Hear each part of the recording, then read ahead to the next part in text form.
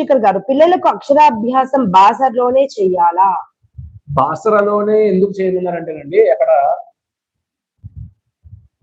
అమ్మవారు సరస్వతి నాలుక అమ్మవారి మీద యొక్క బీజాక్షరాలు రాస్తుంది రాత్రిపూట అని చెప్తారు. మనకేంటంటే బాసరలో సరస్వతి అమ్మవారు ఉన్నారు. ఆవిడ అక్కడ అధిష్టాన దేవత, ఆ క్షేత్రానికి అధిదేవత. సో ఆవిడ నాలుక మీద బీజాక్షరాలు రాస్తుందని మన యొక్క పూర్వీకుల యొక్క నమ్మకం. అలాగే చాలా మంది అక్కడ చేసుకునే అక్షరాభ్యాసం చేసుకునే వాళ్ళని చాలా మంది చూసాము. అలా అని అక్కడే అక్షరాభ్యాసం చేయాలని ఏది లేదండి. మన ఇంట్లో కూడా చేసుకోవచ్చు. దేవాలయంలో మన దగ్గర ఉన్నటువంటి ఏ దేవాలయంలో ఉన్నా అక్షరాభ్యాసం చేసుకోవచ్చు. కానీ అక్కడ ఉన్నటువంటి స్పెషాలిటీ, అక్కడ అమ్మవారు ఇలా ఉంటారు, ఇక్కడ అలా బీజాక్షరాలు నాలుక మీద రాస్తారు అన్న ఒక ఈ ఉంది కాబట్టి అందరూ కూడా అక్కడ వెళ్ళడం జరుగుతుంది. కానీ ఖచ్చితంగా బాసరలోనే వెళ్ళి చేసుకోవాలని మాత్రం అయితే ఇక్కడ లేదు. అమ్మవారు ఎక్కడైనా కానీ ఒకటేనండి. సో మహాకాళి ఉన్నారు. మహాకాళి అమ్మ రామకృష్ణుడికి